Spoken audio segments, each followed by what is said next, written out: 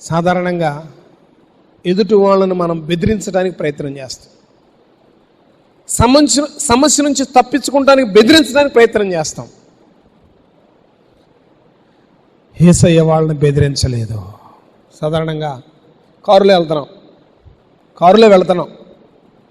ఒక పోలీసు గారు కారు ఆపు అన్నాడు.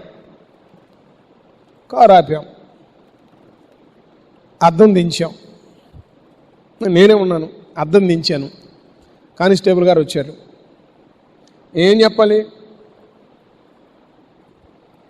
నేనేం చెప్పాలి? అయ్యా, దైవ సేవకుండా అయ్యా, పలానా ప్రోగ్రాం ఉందయ్యా, వెళుతున్నానయ్యా అని చెప్పాలి. అయితే నేనేం చేస్తాను? అద్దం దించి,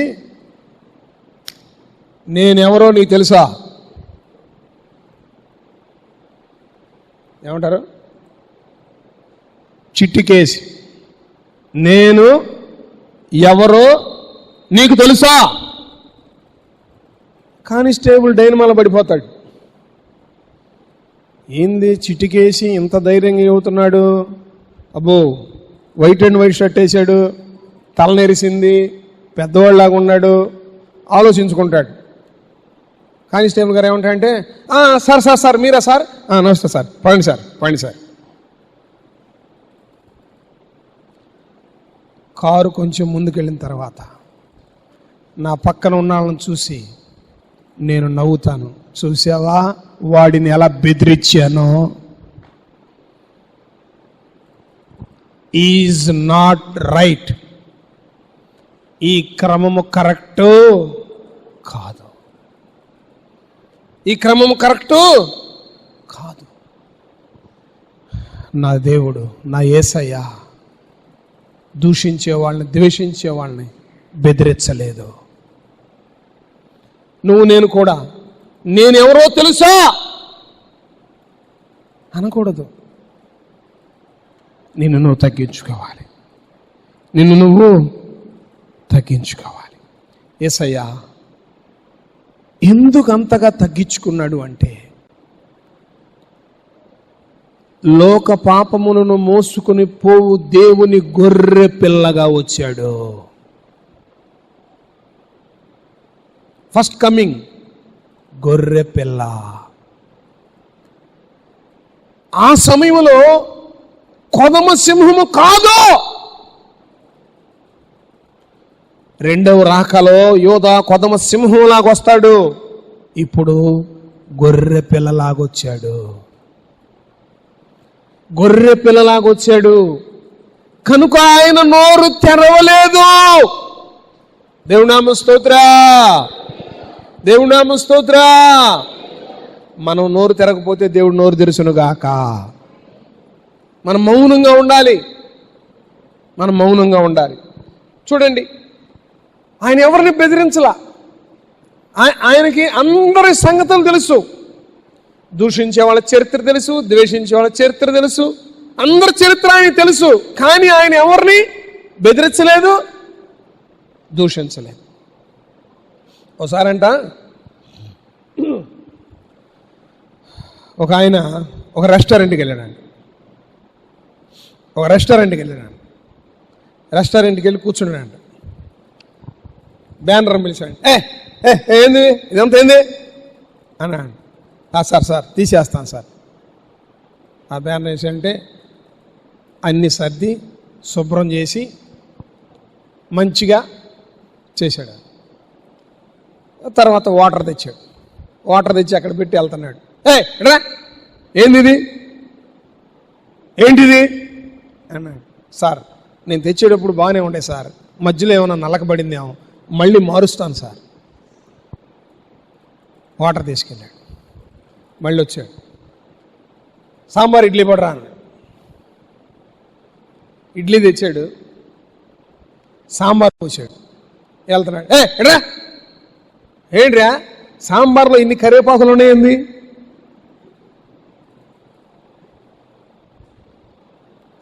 ఎన్నిసార్లు ఓర్చుకున్నాడు? ఈయన ప్రశ్న ఏంటి? సాంబార్లో కరివేపాకు అవకతవకలు ఎన్ని ఉన్నాయేంటి? ఇక ఆ బ్యానర్ ప్లేట్ పక్కన పెట్టి, నువ్వు నేను ఒకే బజార్లో ఉంటున్నాం, మీ ఆవిడ తంతే కదా ఇక్కడ టిఫిన్ చేయడానికి వచ్చావు అన్నాడు. ఇక మాట్లాడలేక, నువ్వు నేను ఒకే బజార్లో ఉన్నాం, మీ ఆవిడ తంతే ఇక్కడ టిఫిన్ చేయడానికి వచ్చావు అంతే కదా అన్నాడు. ఇక పిలవటం లేదు, అనటం లేదు. బ్యానర్కి కస్టమర్ బ్రతుకు తెలియంగా లోకరక్షకుడికి మన బతుకు తెలీదా? లోకరక్షకుడు మన స్థితిగతులు తెలీదా? అన్నీ తెలుసు ఆయనకి, అయినా నోరు తెరవలేదు. దేవుని నామ స్తోత్ర, దేవుని నామ స్తోత్ర.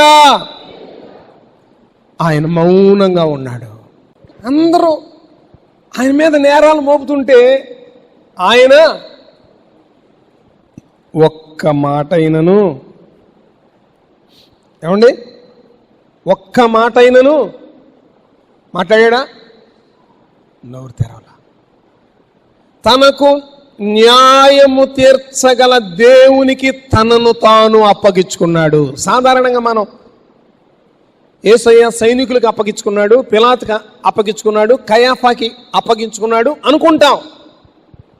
యేసయ్య న్యాయముగా తీర్పు తీర్చగల దేవునికి తనను తాను అప్పగించుకున్నాడు.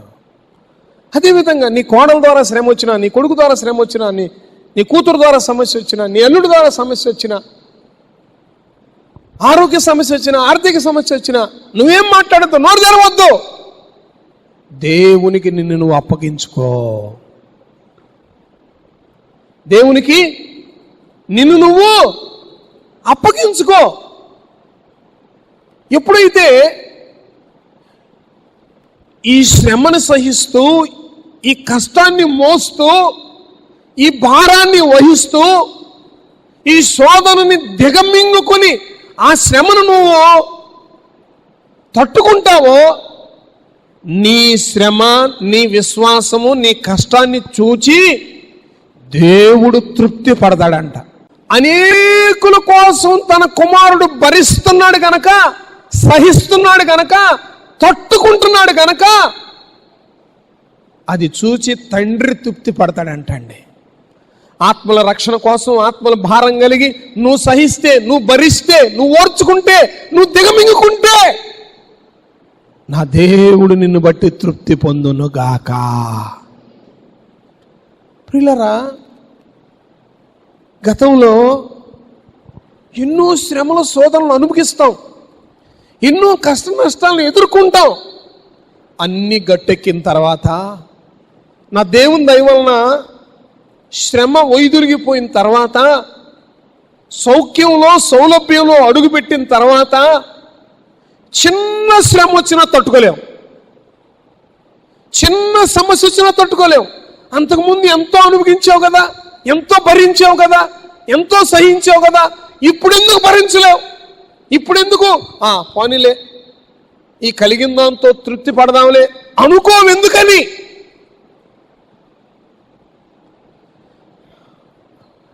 మీకు బైబిల్లో నుంచి ఒక చక్కటి ఉపమానం జ్ఞాపకం చేస్తాను. అంటే మనకు కూడా కొన్నిసార్లు ఎన్నో పెద్ద పెద్దవి భరిస్తాం, చిన్న చిన్నవి సహించలేక బయటపడతాం. నువ్వు బయటపడ్డావా, దేవుడు నిన్ను బట్టి తృప్తి పడలేడు. నువ్వు బయటపడితే దేవుడు తృప్తి పడలేడు. నువ్వు ఓర్చుకుంటే, యేసయ్య ఓర్చుకుంటే తండ్రి అయిన దేవుడు తృప్తి నొందాడు.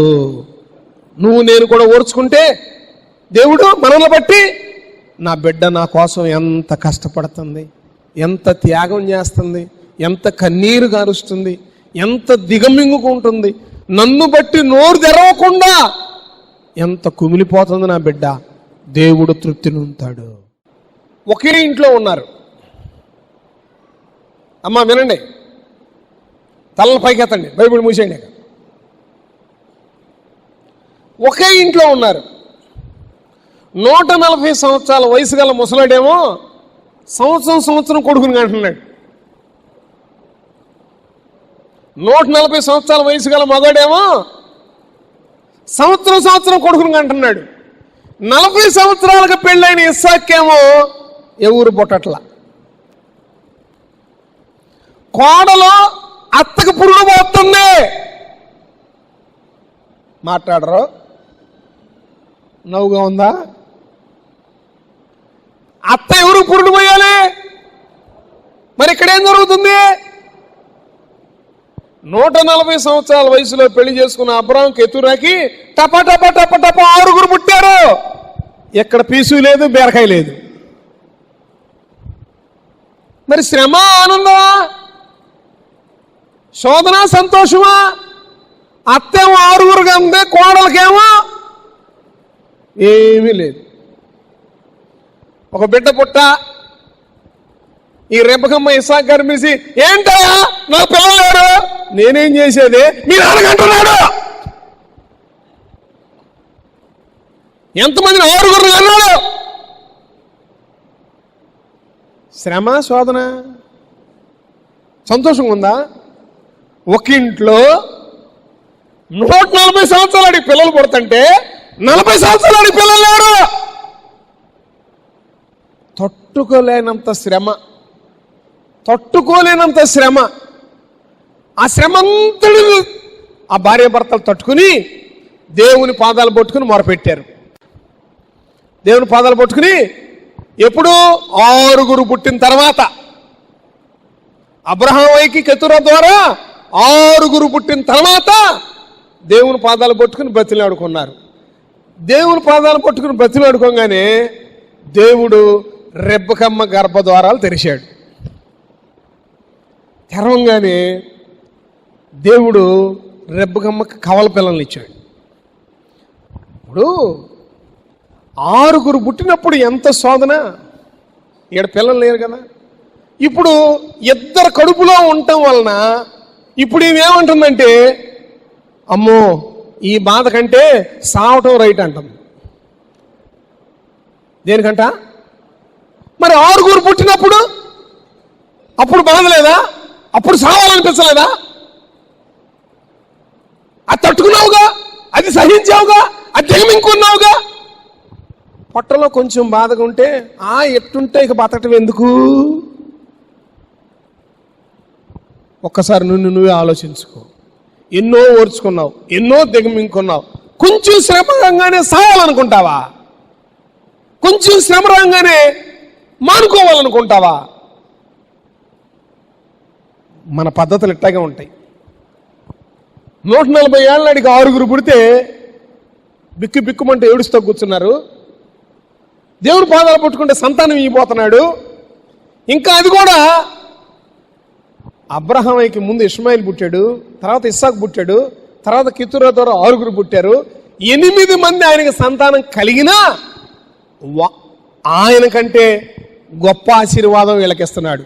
ఆయనకి 8 మంది పుట్టినా కమల పిల్లల పట్ల, ఈయనకే కమల పిల్లలు కొట్టసా పట్ల. మరి నువ్వు ఆ కోణంలో ఆలోచించుకోవాలి. నాకు శ్రమ వచ్చింది అంటే నన్ను గణపరుస్తాడు దేవుడు. నాకు ఇబ్బంది వచ్చిందంటే నన్ను గణపరుస్తాడు దేవుడు. ఈ శ్రమకి ఎందుకంటే సత్యపోద్ది, ఈ శ్రమకి ఎందుకంటే, ఈ శ్రమకి అనవసరం అండి. ఎన్నో శ్రమలు తట్టుకుంటాం, దిగమింకుంటాం. కానీ కొంచెం రాగానే ఇంకెందుకు సత్యపోలా, ఇంకెందుకు నేను బతకటం. దయచేసి ఎవరి మాట అనుకోవద్దు. నీకు బాధే, కష్టమే, దేవుని పాదాలు పట్టుకో. నిజమే, నీ టాలెంట్కి తగ్గ భర్త నీకు రాలా, నీ టాలెంట్కి తగ్గట్టు భార్య నీకు రాలా, నీ టాలెంట్కి తగ్గట్టు పిల్లలు నీకు పుట్టలా. నిజమే, నేను అబద్ధం అంటలా. దేవుని సన్నిధిలో సాగిలపడు, చావాలనుకోమాక. దేవుని సన్నిధిలో సాగిలపడు, అన్నం తినకుండా ఉపవాసం ఉండాలనుకోమాక. దేవుని సన్నిధిలో సాగిలపడు, వాళ్ళ మీద వీళ్ళ మీద పోట్టడమాక. నా గొంతు కోసావు, నా జీవితం నాశనం చేసావు, నన్ను అడచేసావు, ఎడచేసావు, డామ్ డూమ్ డకార్ అనమాక. దేవుని సన్నిధిలో సాగిలపడు. దేవుని నామ స్తోత్ర, దేవుని నామ స్తోత్ర. క్రీస్తునందు ప్రియ దేవుని బిడ్డ, మన కోసం యేసయ్య తనను తాను అప్పగించుకున్నాడు. క్రీస్తు మన కోసం తన్ను తాను అప్పగించుకున్నాడు కదా. అయితే మనం ఏం చేయాలి? దేవుడు మనకిచ్చిన అవయవాల్ని నీతి సాధనాలుగా వినియోగించుకోవాలి.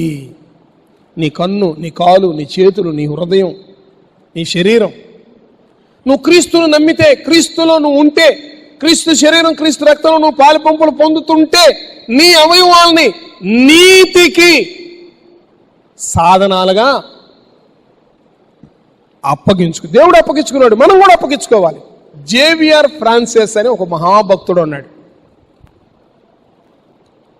జేవియర్ ఫ్రాన్సిస్ భలే చరిత్ర. అసలు ఆ పుస్తకం చదువుతుంటే పేపర్లు తడిసిపోతాయి కన్నీటితో. మంచి గొప్ప దైవజనుడు, భలే సాక్ష్యం. ఆ జేవియర్ ఫ్రాన్సిస్ భయంకరమైన దుర్వ్యసనపరుడు ఒకప్పుడు. ఇక ఎంత దుర్వ్యసనపరుడు అంటే ఇంట్లో వాళ్ళు సహించలేనంత, చేదరించుకుని నెట్టేసేంత తాను తెలుసుకున్నాడు. ఈ దుర్వ్యసనాల వల్ల నేను దేవునికి ఎంత దూరం అయిపోయానో, ఈ దుష్ట స్నేహాల వలన దేవునికి ఎంత దూరం అయిపోయానో, ఈ చెడ్డ సహవాసాల ద్వారా నేను దేవునికి ఎంత దూరం అయిపోయానో తెలుసుకుని మారు మనసు పొంది ఆ చెడ్డ స్నేహాల్లో నుండి, చెడు సహవాసంలోంచి బయటకు వచ్చి మౌనంగా జీవిస్తూ ఉన్నాడు. కుటుంబ సభ్యులందరూ ఇతన్ని అబ్జర్వ్ చేస్తున్నారు. ఇతనిలో మార్పు కనపడుతుంది. కొన్ని రోజులు ఉన్న తర్వాత నేను దేవుని నమ్ముకున్నాను, దేవుని సేవ చేయడానికి నేను వెళ్ళిపోతున్నాను అని బయలుదేరతంటే మార్పుని గమనించిన కుటుంబ సభ్యులు ఏం చేశారంటే, సరే నాన్న నువ్వు వెళ్ళిపోతున్నావు కదా, సరే ఉండు, నీ వాటా కింద, మనం ఉన్న ఇంట్లో పిల్లలు, నీ వాటా కింద ఇదిగో ఈ బంగారం తీసుకెళ్ళు, నువ్వేమన్నా చేసుకో. ఇంత బంగారాన్ని ఆయన వాటా కింద బయలుదేరి వెళ్ళిపోతున్నాడుగా ఇచ్చేశారంట. ఆ బంగారాన్ని తీసుకున్నాడు, బయలుదేరి వెళుతూ ఉన్నాడు. వెళుతూ ఉన్న సందర్భంలో ఒక నది కనపడింది.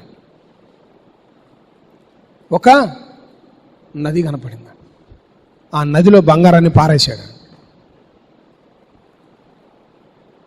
నదిలో బంగారాన్ని పారేశాడంట. పారేసి అంటున్నాడంట, అంటే అంతకుముందు డబ్బుండి ఎంత దుర్వ్యసన పరుడుగా ఉన్నాడో, ఎంత దేవునికి దూరం అయిపోయాడో ఆ సాక్ష్యం నీకు తెలుసుగా, ఆయన స్థితిని తెలుసుగా. నదిలో బంగారం పారేసి జేవియర్ ఫ్రాన్సిస్ అన్నాడంట బంగారంతో, నువ్వు నన్ను పాడు చెయ్యక ముందే నేను నిన్ను పారేశా. ఏంటంటే, నువ్వు నన్ను పాడు చెయ్యక ముందే నేను నిన్ను పారవేశా. ఆ మాటని బయలుదేరాడంట. ఒక అందమైన అమ్మాయి ఫ్రాన్సిస్ ఫ్రాన్సిస్ ఫ్రాన్సిస్ అని పరిగెత్తుకుంటూ వచ్చిందంట. ఒకప్పుడు ఆ స్త్రీతో పాపం చేసిన వ్యక్తి ఆగాడంట. అమ్మా, నువ్వు పిలిచే ఫ్రాన్సిస్ చచ్చిపోయాడు. నువ్వు మాట్లాడే ఆ ఫ్రాన్సిస్ కాదు ఈ ఫ్రాన్సిస్. ఆ ఫ్రాన్సిస్ ఈజ్ డై. ఆయన చనిపోయాడు.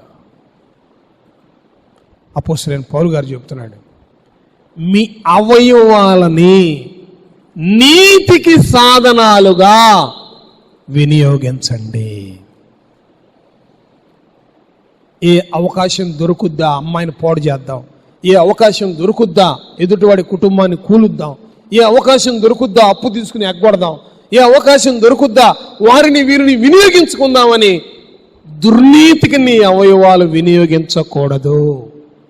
దేవుడు నీకు ఇచ్చిన అవయవాల్ని నీతి సాధనాలుగా వినియోగించాలి. దేవుడి నామం స్తోత్ర. ధనం కలిగి ఉండటం తప్పని నేను చెప్పను. ఆ ధనాన్ని నువ్వు ఏలేటట్టు ఉండాలి కానీ ధనము నిన్ను ఏలేటట్టుగా ఉండకూడదు. అది నీ భక్తి జీవితానికి మంచిది. నీకెంతున్నా ఎన్నున్నా ముందు దేవుడు, తర్వాత నాకు దేవుడు ఇవి ఇచ్చాడు అంతే.